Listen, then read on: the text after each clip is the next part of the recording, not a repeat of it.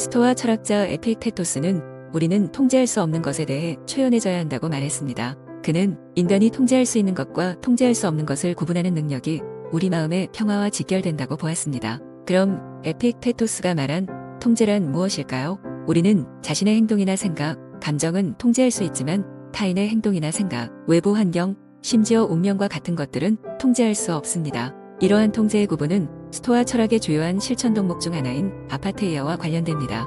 아파테이아는 감정적 동요를 초월한 평정심을 의미하는데, 이는 곧 통제할 수 없는 것들에 대해 초연한 태도를 가짐으로써 얻는 내면의 평화를 뜻합니다. 단, 이때의 초연함은 상황을 어쩌지 못해 포기하고 받아들이는 수동적인 체념이 아니라 강력한 의지와 선택의 결과입니다. 따라서 우리가 마음의 평화를 위해 평정심을 갖는다는 것은 단순히 감정을 억제해버리는 것이 아니라 세상의 불확실성 속에서 스스로 자신의 반응을 지배하는 능력을 기르는 것입니다.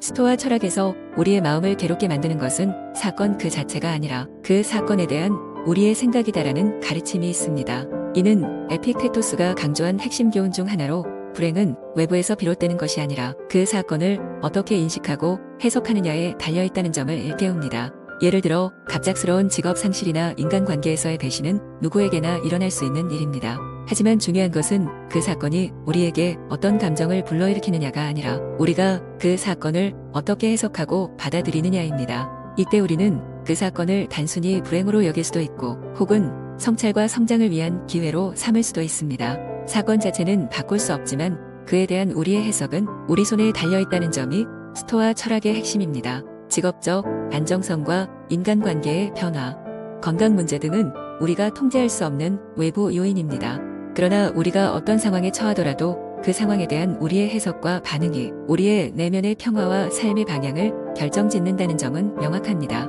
즉, 외부 환경은 우리의 통제 범위를 벗어날 수 있지만 그 상황을 어떻게 받아들이고 대응하는지는 우리의 선택에 달려있으며, 이는 우리의 행복과 평정심을 유지하는 핵심 요소가 됩니다. 그렇다면 내면의 평정심을 유지하며 마음의 평화를 찾는 구체적인 방법은 무엇일까요? 앞서 말했듯 이는 감정적으로 무감각해지라는 의미가 아니라 오히려 감정 속에서 길을 잃지 말고 그 감정을 객관적으로 바라볼 수 있는 능력을 기르라는 것입니다. 감정을 객관적으로 바라보는 능력은 쉽지 않지만 철학적 훈련과 마음의 연습을 통해 충분히 길러질 수 있습니다. 첫 번째 방법은 인식의 전환입니다.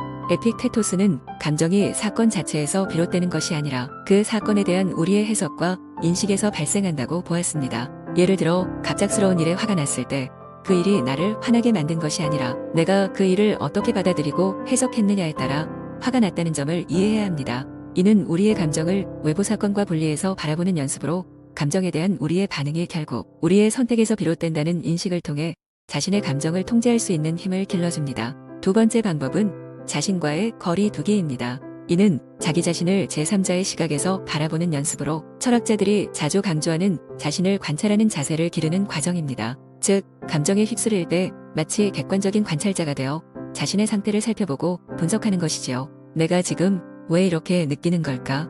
이 감정은 어디에서 비롯된 것일까? 라는 질문을 스스로에게 던짐으로써 우리는 감정과 나 자신을 분리하여 보다 명확하게 스스로를 객관적으로 바라볼 수 있게 됩니다. 이러한 성찰은 우리에게 감정의 본질을 이해하고 그에 대한 반응을 의식적으로 선택할 수 있는 능력을 길러줍니다. 세 번째 방법은 부정적인 감정을 받아들이는 것입니다.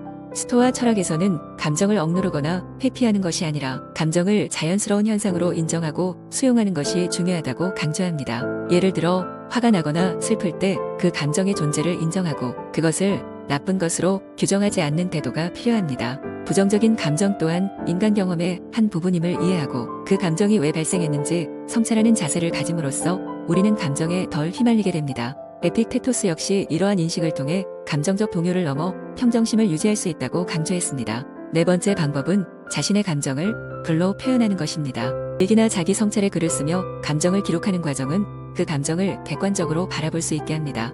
왜 이러한 감정이 일어났는지, 그 감정에 이어 어떤 생각이 따라왔는지를 차분히 적어 내려가다 보면 감정과 그 이면의 생각을 분리하여 살펴볼 수 있습니다. 이는 감정을 객관적으로 다루는 훈련일 뿐 아니라 자신의 반복되는 감정의 경향이나 생각의 흐름을 파악하는 데에도 큰 도움이 됩니다. 다섯 번째 방법은 감정에 대한 반응을 의식적으로 훈련하는 것입니다. 예를 들어 화가 났을 때 즉각적으로 반응하기보다는 잠시 멈추어 이 감정에 어떻게 대응하는 것이 가장 현명할까? 라는 질문을 스스로에게 던져보는 것입니다.